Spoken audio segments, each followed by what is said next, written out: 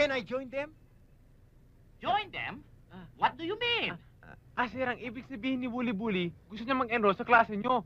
Sa eskwela nyo ho. Yes. Nakapag-aral ka na ba? Yes, Mr. Principal. I study at Neptune University. Neptune University? Saan yun? Beside Jupiter and a neighbor of Mars. Si Rhea ta ulo nito eh. Baka dapat sa Mandaluyong ipasok to eh.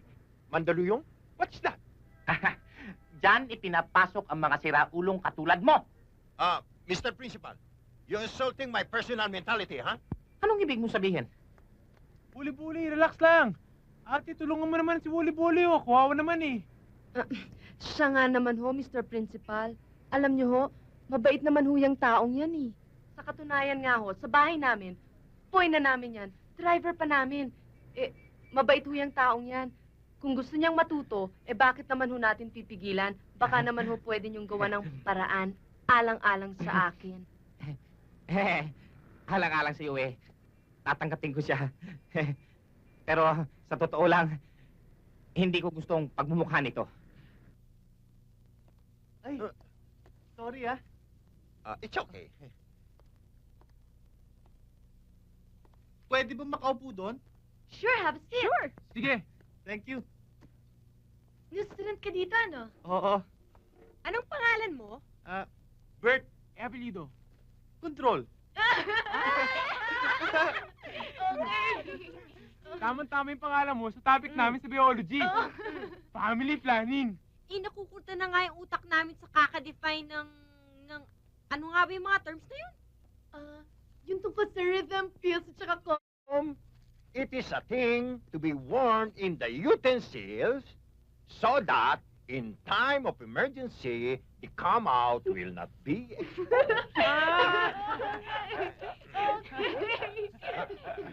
Teka, naku na naman yung rhythm. Di ba para sa music yun? Di ba? Well, I explain you later. So, boys and girls, mom and dad too, proceed to class.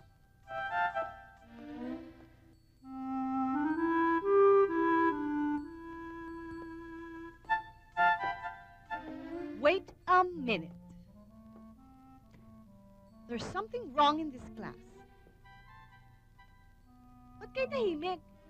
Para kayo nasa simbahan. Kakapanibago yata. Baka magkasakit ako niyan. Ano ba nakain nyo?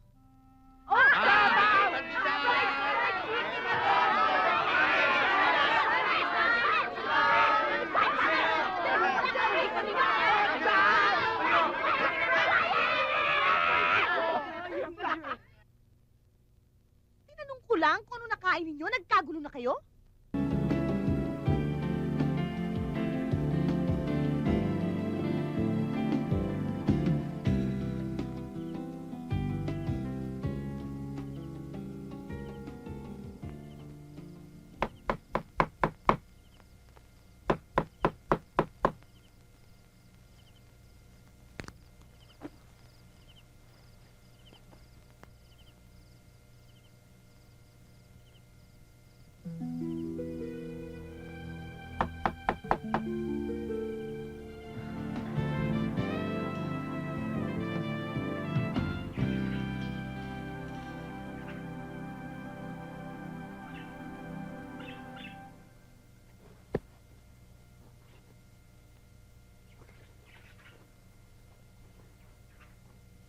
Hello? Anong ginagawa mo rito? Paano ka napunta rito? Kagabi, di ba? Kumatok ako sa pinto. Pinuksan mo. Ikaw ba yun? Oo. Tuwan-tuwa ka pa nga eh. Kaya, umangklang ako sa'yo. Pinitpit mo nga ako eh. Para magbago kasal tayo. Tapos? Tapos, dinala mo ko dito sa kama. Hinubara mo ako. Oo. Ka pa nga eh. Bakit ka pumayag? Di ba sabi ko naman sa'yo, idol kita. Gagawin ko lahat. Papaligaya ka lang. Tapos? Tapos nun, pinaghalikan mo ko. Ayan, sandamukan. Binigay mo sa akin dahil inuragan ka na. Pagkatapos nun, sinisid mo ako. Tapos nun, Tapos, sinabmarin mo ako. Urago ka talaga. Urago ka talaga. Urago talaga. Urago. Takbo na. Ang bilis naman. Tumalab agad. Naglilihi ka na.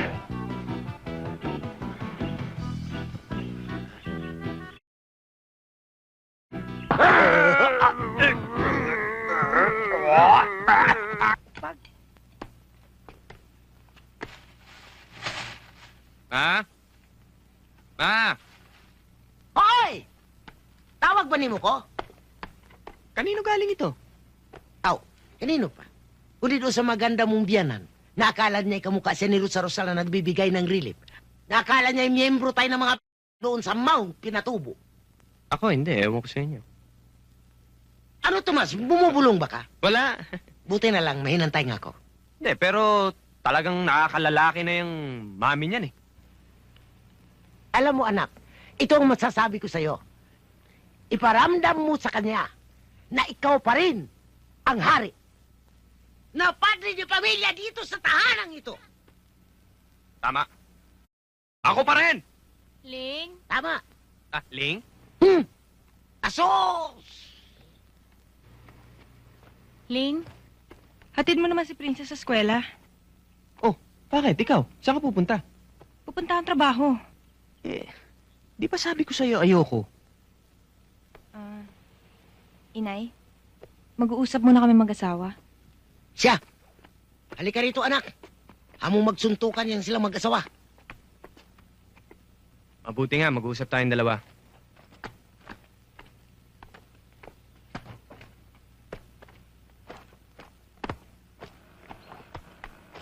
Tomas, sana intindihin mo naman ang sitwasyon natin. Ngayon na hindi ka pwede magtrabaho, wala tayong pera. Nangutang na nga tayo kay inay. Cargo pa nga natin siya. Eh, ang mga gastusin naman dito sa bahay, hindi tumitigil. Pagkain, ilaw, tubig, tuition fee. Kasalanan ko ba kung maghanap ako ng paraan para maitawid ang pamilya natin? Ngayon lang naman eh. Habang hindi ka makapagtrabaho. Sana intindihin mo naman ako. Mauna na ako.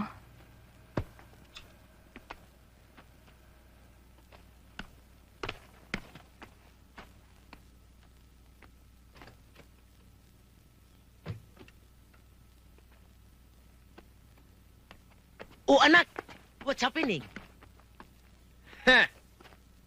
Ma! Pinayagan ko? Tama. Ikaw pa rin ang ilaw ng tahanan. Kayo naman ang dilim.